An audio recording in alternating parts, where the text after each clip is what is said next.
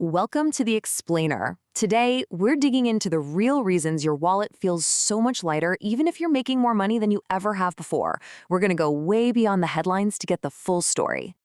So, if it feels like life has just gotten wildly expensive lately, let me tell you, you are absolutely not imagining it. From groceries to gas to even just a cup of coffee, the basic cost of living feels like it's spiraling. And this isn't just your problem or my problem. It's this shared universal feeling that the math just isn't mathing anymore, right? You feel like you're getting less but paying more? Because you are. Okay, let's really get into it. All right, so when we ask the big question, why is everything so expensive, we usually get a couple of the same official answers. Let's start with the story we've all heard a million times.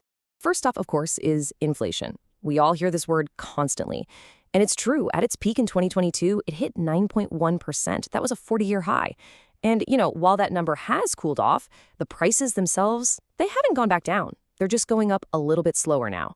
The other thing we're always told about is these lingering supply chain problems. Everything from global conflicts to labor shortages, all of that adds cost. And guess who that cost gets passed on to? You. But as all of our sources point out, that is not even close to the whole story. Okay, now let's pull back the curtain a little bit, because beyond the headlines, there's a whole set of deliberate corporate strategies that have totally reshaped what you actually get for your money. First off, let's talk about shrinkflation. This is a really sneaky, kind of psychological trick that companies use to raise prices without you getting that sticker shock when you go to checkout. And here's where that psychology comes in. Companies know that we humans hate seeing a price go up. It feels worse to us than just getting a little less in the box. But that little less is often a much bigger price hike in disguise. It's totally calculated and it is 100% intentional. Next, let's talk about the idea of choice. You walk down any aisle in a supermarket and you see dozens, maybe hundreds of brands all fighting for your attention. But are you really choosing? The thing is, we're basically living in an oligopoly. That means just a handful of huge conglomerates own almost everything you buy. Take Procter & Gamble. They own Tide, Gain, Downy, and Cheer. So if Tide raises its price, switching to Gain doesn't really send a message, does it? This lack of real competition means they can pretty much set prices however they want without any fear that you'll take your money somewhere else. And this right here illustrates the final piece of that corporate playbook. The big shift from owning things to just renting them. Companies are working so hard to turn physical products, printers, cars, even smart mattresses, into subscriptions that never end. For the companies, this model is an absolute gold mine. It gives them predictable, recurring revenue by locking you into payments for things you will never, ever truly own. But for you, it just means a much, much higher cost over your lifetime. So here's the crucial question. Why is this playbook so effective? Well, it's not happening in a vacuum.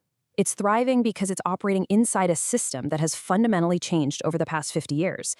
See, since the 1970s, economic policies have steadily started to favor corporations and their shareholders way more than the average worker. And this created what economists now call the Great Divergence, where the wealth of companies just skyrocketed while the wages for the people doing the work barely moved at all. Just take a look at this number. Since 1970, the average salary for a CEO has grown by 1,300%. Now, what about the average worker over that same exact period? Their salary has gone up by just 49%. This is the math. This is the reason why the whole idea of the American dream, that each generation would do better than the last, feels completely stalled out. Okay, so what can you actually do about any of this? Well, our sources really highlight two different ways to approach this new, expensive world. The first approach is all about individual action. It's about controlling what you can control. That means budgeting with real intention, getting rid of high-interest debt, and, as you can see here, making every single purchase a conscious SMART decision, not just an impulse buy. Now, the second approach is more of a collective one. It's a kind of resistance through intentionality. This means rejecting that endless cycle of upgrades and just consuming. It means fixing things instead of just replacing them, and signaling to these massive corporations that you're not going to be exploited. The whole goal here is to collectively sink the demand so that prices are actually forced to adjust.